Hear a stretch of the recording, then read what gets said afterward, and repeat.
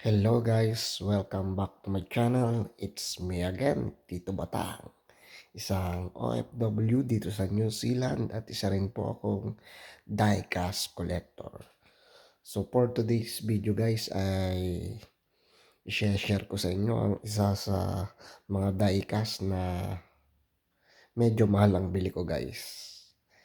Dito sa amin sa New Zealand. At ito po ay aking collection. Ang unang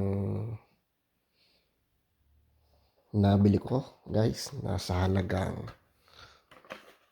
$9 guys. Yan, $9.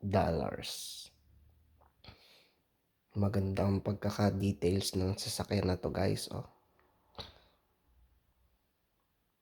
kakaiba. Hot Wheels Premium guys. Mahal talaga ang Hot Wheels Premium.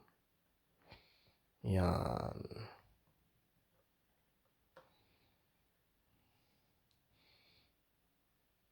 (2018) Bentley Continental GT3.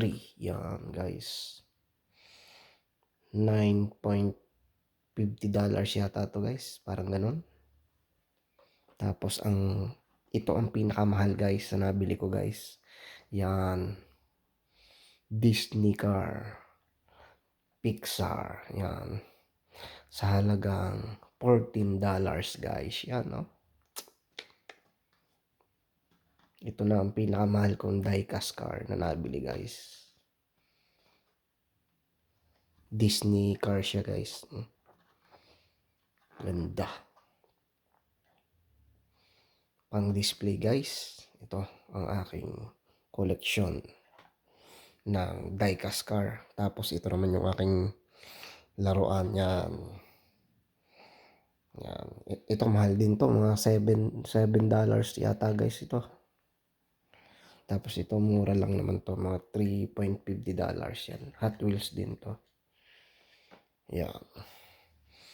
Yan guys ang aking collection. At maraming salamat po sa panonood. Please subscribe, like, and comment na rin po sa aking YouTube channel at rock and roll. Maraming salamat po guys.